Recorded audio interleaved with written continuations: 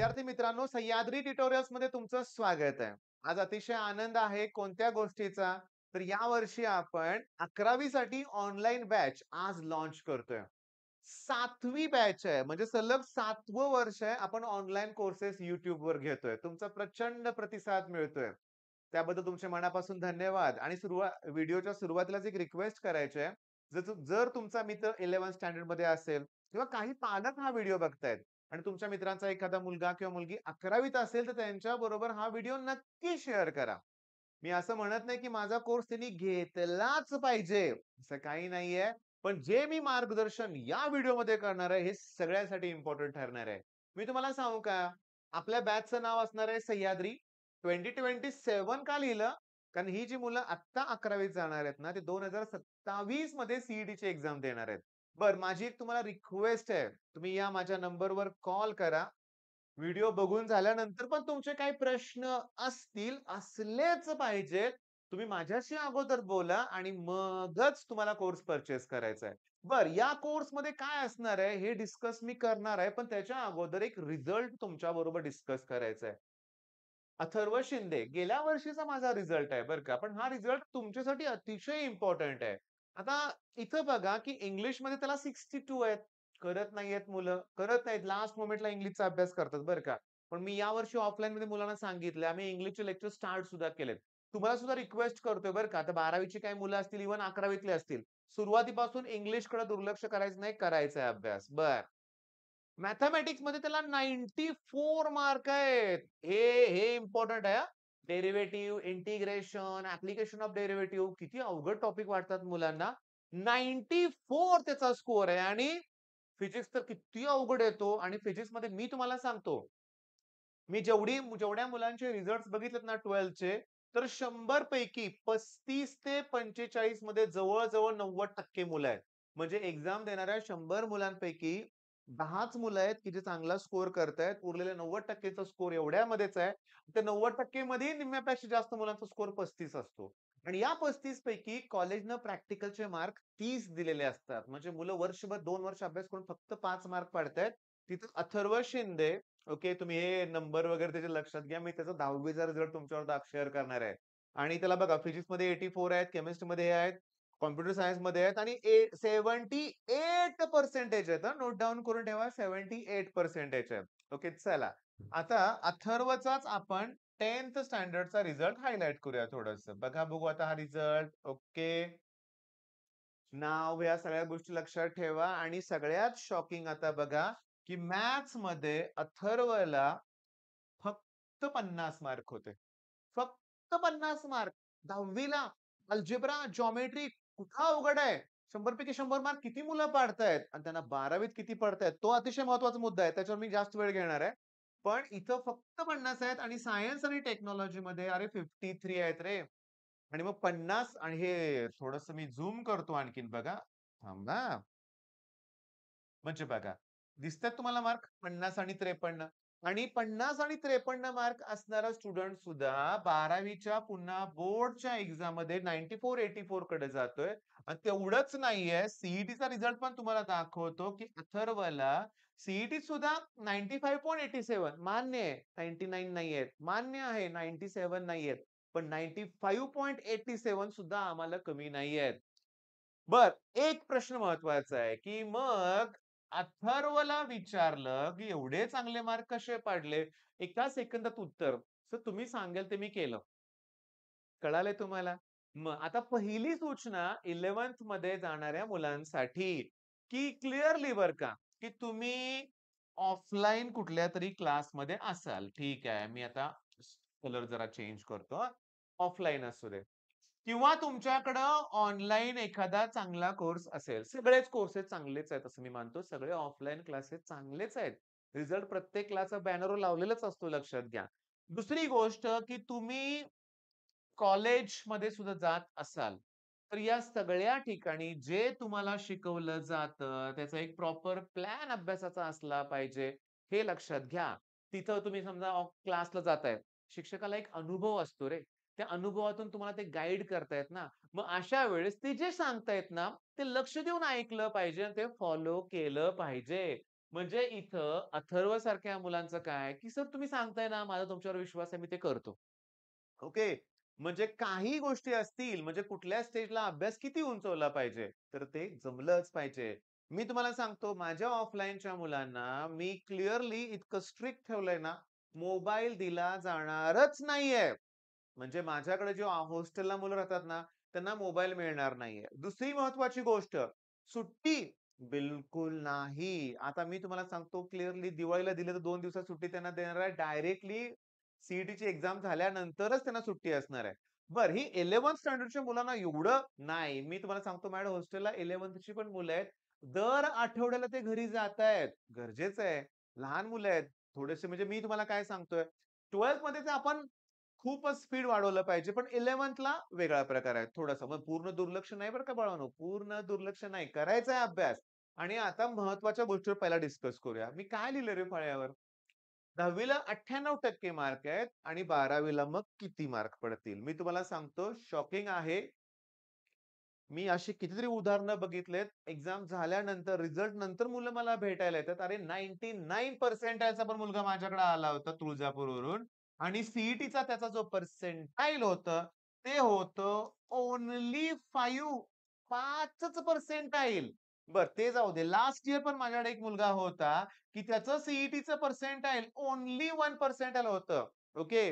हा मुलगा माझ्याकडे परत आला नाही, भेटलाच नाही. ओके. पण हा माझ्याकडे आहे. मी त्याचा रिझल्ट लवकरच तुमच्यावर शेअर करणार आहे, की 1 पर्सेंटाइल वरून तो किती पर्सेंटाइलवर पोहोचला, मला तुमच्याशी ते शेअर करावंच लागेल. पण हा काय भयानक प्रकार आहे. 98% आहे ना, मग चुकतंय कुठं? एक्सप्लेन करतो तुम्हाला लक्षात घ्या. ऑब्व्हियसली 98 पर्सेंटेजच्या मुलाला इतके चांगले मार्क पडलेत ना, मग पालकांचं पहिलं मत असतं, मी माझ्या मुलाला दी बेस्ट अकॅडमी जॉइन करून देणार. किती लाखो रुपये फी असू दे, मी भरणार. एवढे मार्क पाडलेत, भरणारच मी एवढी फी आणि त्याला बेस्ट अकॅडमी जॉइन करून देणार. ऑब्व्हियसली जे-ई-ई सारख्या एक्झामची तो तयारी करणारच. आय-आय-टीत तो जाणार. का नाही जाणार? 98 पर्सेंटेज पडलेत. होतं काय बघा, मी क्लिअरली सांगतो. 98% पडले तो. मी असे रिझल्ट बघितलेत. संस्कृत 100 पैकी 100. ओके. संस्कृतमध्ये बघा 100 पैकी 100. मॅथ्समध्ये 100 पैकी 100. ओके. त्याच्यानंतर सांगतो इंग्लिशमध्ये क्लोज टू 100 आहेत. मराठी सुद्धा पैकीच्या पैकी मार्क पडलेत. हिस्ट्री, जिओग्राफी सुद्धा पैकीचे मार्क पडतायत आणि मेन सब्जेक्ट आहे सायन्स ना, त्यात कमी मार्क असतात. ओके. मी नावं ठेवत नाहीये, पण रिअॅलिटी आहे बेस्ट ऑफ 5 मुळं पर्सेंटेजचा झालाय फुगा. मार्क मुलांचे वाढून दिसतायत. पण या मुलांना बेसिक फॉर्म्युले विचारले तर येतायत का? हे इम्पोर्टंट आहे. 10वी पर्यंत चूक कुठं झाली, की परीक्षेपुरता अभ्यास केलाय. या एक्झामसाठी अरे सी-ई-टीला हलक्यात घेऊ नका. सी सुद्धा टफ एक्झाम आहे. ती काय लक बाय चान्स असली एक्झाम नाहीये. काही मुलांना वाटतं, की सी काय गोळ्या मारायच्यात फक्त. निगेटिव्ह मार्किंग कुठे आहे? एवढं सोपं नाहीये. सी 100 सुद्धा मार्क पाडणं सोपं नाहीये. खूप कष्ट आहेत त्याच्यासाठी लक्षात घ्या. बरं. मग होतंय काय, की अकॅडमी तर जॉइन केली. तर प्रत्येक अकॅडमीत ना, की सुरुवातीला त्यांना हे सांगितलं जातं, की आपण बेसिक घेणार आहे. Okay, basic. काय चाललंय क्लासमध्ये? नाही आता बेसिक सुरू आहे. बेसिक फंडामेंटल क्लासेस सुरू आहेत. बेसिक क्लासेस सुरू आहेत. अरे पहिले 4 महिने कुठं निघून जातात या बेसिकमध्ये नाही रे कळत. 4 महिने याच्यात निघून जातात. बरं, त्यावेळेस अकॅडमीजमध्ये ज्या टेस्ट घेतल्या जातात त्या ईझी असतात. मुलांचा स्कोर पण चांगला होतो. ठीक-ठाक. त्यामुळे काही टेन्शन, तणाव नाहीये, नसतो. पण 11चे हे 4 महिने निघून झाले, गेले, तर मोस्ट ऑफ द अकॅडमीमध्ये सगळा स्टाफ चेंज होतो.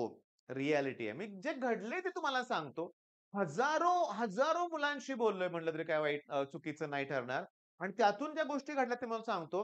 पण या 4 महिन्यात बेसिकच्या नावाखाली आता फिजिक्सवालामध्ये एक सलीम सर आहेत. त्यांनी पण हाच पॉइंट मुद्दा मांडला होता बरं का. YouTubeवर तो व्हिडिओ पण आहे. लाल रंगाचा चष्मा घालतात ते. थोडासा त्यांचा अँगर इश्यू आहे. रागीट सर आहेत, पण मनापासून बोलतायत ना, म्हणून ते चिडतायत ते. त्यांनी पण हे सांगितलं, की 4 महिन्यात बेसिकच्या नावाखाली हळू शिकवलं जातं आणि या 4 महिन्यात तुमची 11th आणि 12th एकदा का तुम्ही फी गोळा भरली, की फिनिश मग तुम्ही संपल्या. त्यानंतर सगळ्या फॅकल्टी चेंज होतात. नवीन फॅकल्टीज येतात. त्यांच्याशी मुलं मॅच होत नाहीये. फास्ट शिकवलं जातं, की गिअरच चेंज होतो लक्षात घ्या आणि त्या फास्ट स्पीडला ही एवढी पर्सेंटेजची मुलं सुद्धा मॅच होत नाहीत. डेली डी लोड येतो. ओके. डेली डी लोड येतो. तो सॉल्व्ह होत नाही तोपर्यंत दुसऱ्या दिवशी डी वेगळे. रोज 3 मोठे लेक्चर्स, त्यांचा होमवर्क, त्या सगळ्या गोष्टी मुलांना तणावग्रस्त वाटायला लागतात. जमत नाही. 10वी पर्यंत केलं नाही ना. 10वी पर्यंत काय क्लासमध्ये आठवड्याला टेस्ट, शाळेत कुठं महिन्याला टेस्ट. कधीतरी म्हणूया आपण युनिट टेस्ट, सेमेस्टर झालं. काही शाळा 3-3 प्रिलिम घेत असतील, तर बाकी काही कुठं होतच नाही एवढं. सोप्या सिलेबसमुळे चांगले मार्क पडलेत, पण हा लोड मग सहन होत नाही. तिथे तणाव यायला लागतो. तरी जाऊ दे. 12th सुरू केल्यानंतर मात्र मनात येतं, की नाही चूक झाली आपल्याकडून. आपण 11th वेस्ट घालवलं. बघा आणि त्याच्यानंतर मग मुलगा विचार करतो, की आपण एखादं ऑनलाईन बॅच घेऊ. मग तेव्हा तो ऑनलाईनकडे शिफ्ट होतो आणि ऑनलाईन कोर्सेसमध्ये पण मी तुम्हाला सांगतो. आपल्या कोर्सेसबद्दल तुम्हाला मला फोन करून विचारायचंच आहे. मी तुम्हाला वेळ देणारच आहे. पण आपल्या कोर्समध्ये 11th स्टँडर्डला तुम्हाला एक सोमवारी लेक्चर मिळेल. एक लेक्चर बुधवारी मिळेल आणि एक लेक्चर शुक्रवारी मिळेल. म्हणजे जो माझा टॉपिक सुरू असेल ना, मी या ऑनलाईन बॅचमध्ये जे 11 चे टॉपिक सी-ई-टीला आहे ते कव्हर करणार आहे. ओके. म्हणजे फिजिक्सचे जवळ-जवळ केमिस्ट्रीचे जवळ-जवळ अल्मोस्ट 10 टॉपिक असतील म्हणजे 30च्या आसपास टॉपिक आहेत. हे आपल्याला कव्हर करायचे आहेत.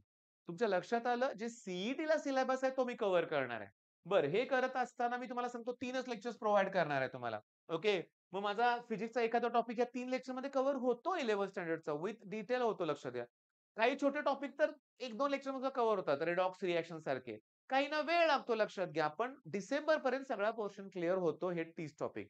पण ऑनलाईन बऱ्याचशा बॅचेस अशा आहेत, की तिथं डेली रोज 3 ते 5 तासाचे ऑनलाईन लेक्चर असतात. मग ऑनलाईन 12वीला घेतलं, घेतलं की ऑनलाईन. ऑफलाईन सुरूच आहे. सप्लिमेंट म्हणून ऑनलाईन घेतलं की बॅकलॉग. होतच नाही कव्हर. बरं या सगळ्यातून काय होतं तुम्हाला सांगतो, या सगळ्यामधून जेव्हा तुम्ही पुढे जाता आणि जेव्हा नोव्हेंबर महिना येतो, तेव्हा जाणीव होती की जेईचा पहिला अटेम्प्ट आलाय जवळ. बरं, जेईच्या पहिल्या अटेम्प्ट नंतर लगेच नेक्स्ट मंथमध्ये बोर्डची एक्झाम असते. इथं मुलाला जाणवतं, की जेई तर माझं झालंच नाहीये. त्याचबरोबर मी बोर्ड जेईसाठी आता हा आणखीन एक महत्वाचं. जेईच्या क्लासेसमध्ये पूर्णपणे एन-सी-ई-आरटीच्या बुकवर फोकस असतो. आपल्या पुस्तकाकडे ते दुर्लक्ष करतात. पूर्णपणे दुर्लक्ष करतात. त्यांचं ते एम-सी-क्यू सॉल्व्हिंग सुरू असतं आणि मग काय होतं माहितीये का, की बोर्डच्या एक्झामचं टेन्शन. मग बोर्डला निदान 75% असेल तर आय-आय-टी ना. आता तेच मार्क नसतील तर काय करायचं? मग आता बोर्डचं करू का जेईई करू? पालकांना काय वाटतं, की आता 5-6 लाख रुपये फी भरले, मुलगा जेईचा पहिला अटेम्प्ट का द्यायचा नाही म्हणतोय? घरातलं वातावरण डिस्टर्ब होतं आणि त्या तणावात जेईचा पेपर पण अवघड जातो, बोर्डचा पेपर पण अवघड जातो आणि बोर्ड नंतर मग सी-ई-टीचा अभ्यास यांची मानसिकताच राहत नाही. मग रिपीट. पुन्हा ते दुष्टचक्र म्हणतो ना, ते सुरू होतं. बरं हे तुम्हाला मी सांगितलंय आता हे असं का होतंय याचं रिझन दिलंय. हे नाही होऊन द्यायचं आपल्याला म्हणून तर मी आज तुमच्या समोर उभा आहे. मग राइट मेथड कुठली असेल मी तुम्हाला क्लिअरली सांगणार आहे आता. मी सांगणार आहे, हे तुम्हाला पटलंच पाहिजे, माझं मत तुम्हाला मान्य व्हायला पाहिजे असं नाही, पण मी अनुभवातून तुमच्याशी बोलतोय. काय व्हायला पाहिजे, की सगळ्यात अगोदर तुम्ही टेक्स्ट बुकला खूप महत्त्व दिलं पाहिजे. तेही आपलं स्टेट बोर्ड. ओके. तुम्ही डायरेक्टली एन-सी-ई-आरटीवर जंप करू नका. मी तुम्हाला सांगतो, की मी तुम्हाला पहिल्या आठवड्यात डेमो लेक्चर्स प्रोव्हाईड करणार आहे. मग मी जे डेमो लेक्चर्स 3 प्रोव्हाईड करेन, तेव्हा तुमच्या लक्षात येईल, की माझा सगळा फोकस या टेक्स्ट बुकवर असणार आहे. मी विथ प्रूफ तुम्हाला सांगणार आहे, की टेक्स्ट बुक मधलेच प्रश्न परीक्षेत कसे येतात. लाईन टू लाईन येतात लक्षात घ्या. ओके. मी विथ मग फिजिक्स असू दे, केमिस्ट्री असू दे, मॅथ्स असू दे, विथ प्रूफ मला तुम्हाला सांगायचं आहे, की हे सगळं सोपं आहे या मेथडनं गेलं तर. पहिल्यांदा टेक्स्ट बुक. आता सेमी इंग्लिश आणि मराठी मीडियमच्या मुलांना मी सांगेन, की तुम्ही तुमचं इंग्लिश इम्प्रूव्ह करा. कुठलाही लॉ असेल, कुठलाही डेफिनेशन असेल, तर तुम्हाला फ्लुएंटली सांगता आली पाहिजे. या बाबतीत कॉन्व्हेंटची मुलं असतील, इंटरनॅशनल स्कूलमधली मुलं असतील, तर त्यांना थोडासा एक प्लस पॉइंट असतो. ते पाठ नाहीत करत. पण माझी 10वी मुलं जी टॉपर आहेत, त्यांना पाठांतराची एक सवय आहे. नाही, तो प्रश्न मी अगोदर पाठ करतो, मग मला विचारा. डायरेक्टली विचारलं, की ती मुलं कमी पडतात. तेव्हा पहिल्यांदा तुमचं टार्गेट इंग्लिश सुद्धा हवंय आणि टेक्स्ट बुक. मग आता टेक्स्ट बुकमध्ये काय करायचंय तुम्हाला सांगतो, की टेक्स्ट बुकमधले सगळ्यात थिओरेटिकल कन्सेप्ट तुम्ही करणार आणि सगळ्यात इम्पोर्टंट द्यायचं आहे तुम्हाला सॉल्व्ह न्यूमेरिकल्सला. मग फिजिक्स असू दे, केमिस्ट्री असू दे, इव्हन मॅथ्समध्ये एवढे आपल्या पुस्तकात प्रॉब्लेम सॉल्व्ह करून दिलेत ना, दी बेस्ट बुक आहेत आपले लक्षात घ्या. सगळ्यात बेस्ट आपली बुक आहेत लक्षात घ्या. मग तुम्ही सॉल्व्ह न्यूमेरिकल्स पण केले. सॉल्व्ह न्यूमेरिकल्स केल्यानंतर आपल्याच टेक्स्ट बुक मधले एक्सरसाइज तुम्ही सॉल्व्ह करायचे. मी आपल्या बॅचमध्ये एकूण एक प्रश्न त्यातले मी घेणार आहे. लक्षात घ्या. पण टॉपिक कुठले आहेत? जे सीईटीला टॉपिक असतील फिजिक्स, केमिस्ट्री, मॅथ्सचे ते मी सगळे तुमच्याकडून करून घेणार आहे. अगदी डिटेल. बरं हे झालं. म्हणजे काय झालं, की आपण टेक्स्टबुक मधली थिअरी केली, सॉल्व्ह न्यूमेरिकल्स केले, एक्सरसाइज मधले सगळे प्रश्न सोडवले, की त्याच्यानंतरची स्टेप आहे, की तुम्ही पी-वाय-क्यूज केले पाहिजेत सीईटीत आलेले प्रश्न. त्याच्यानंतर तुम्ही थोडी टेस्ट दिली पाहिजे. आणि हे सगळ्यात तुम्ही एक्सपर्ट झाल्यानंतरच मॅथ्समध्ये तुम्हाला जेईई लेव्हलच्या प्रश्नाकडे वळायचं आहे. मुलं जी डायरेक्ट इकडं जंप मारतात, एवढ्या सगळ्या स्टेप राहतायत आणि म्हणून जमत नाहीये रे. प्रॉब्लेम इथं होतोय. या स्टेपला न जावा ही सगळ्यात राइट मेथड आहे लक्षात घ्या. सगळ्यात राइट मेथड आहे. सगळ्यात राइट मेथड आहे आणि अजून मी तुम्हाला सांगतो. नाव आता तुम्ही विसरायचं नाहीये. सह्याद्री आपल्या चॅनलचं पण नाव आहे. सह्याद्री तुमच्या बॅचचं पण नाव आहे. आपण 16 जूनला ही बॅच लॉन्च करतोय. तुमच्याशी बोलायचं आहे आणि 18 जून पासून लेक्चर स्टार्ट करूया बाळांनो आपण. किती तारखेपासून? 18 जून पासून. ओके. 18 ला देऊ. आपण बघू सॅटर्डे संडेला कसं आहे तुम्हाला सांगतो. मी सोमवार, बुधवार, शुक्रवार तुम्हाला बोललोय. आपण तेच ठेवू आपण. तेच सगळ्यात योग्य आहे. तुम्हाला वाटेल 3च लेक्चर फक्त. मोर दॅन सफिशियंट आहे. प्लॅन सांगतो. 16 जून पासून मी तुम्हाला सांगतो अगदी July, August, September, October, November, December 6 महिने आहेत. 6 महिने आहेत.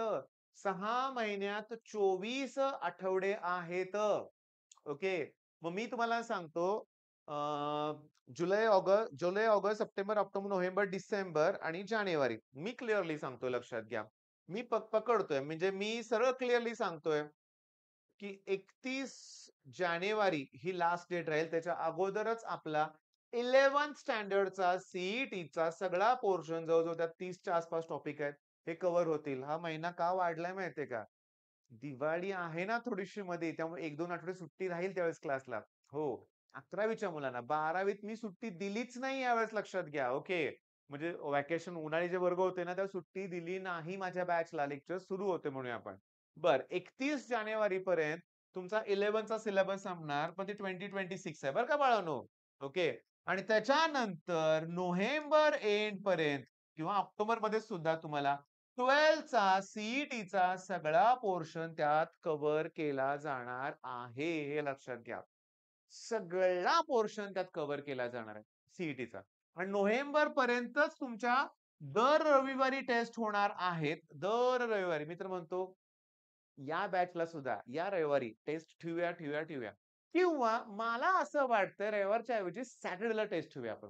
हो, दर रविवारी आमच्या 12th स्टँडर्डच्या टेस्ट असतात. पण तुमची सॅटर्डेला ठेवूया. कारण माझी इच्छा आहे, की 11thच्या मुलांना रविवारी थोडं निवांत राहू दे. काही हरकत नाही. थोडा सुरुवातीला रिलॅक्स झालं तर काही हरकत नाही.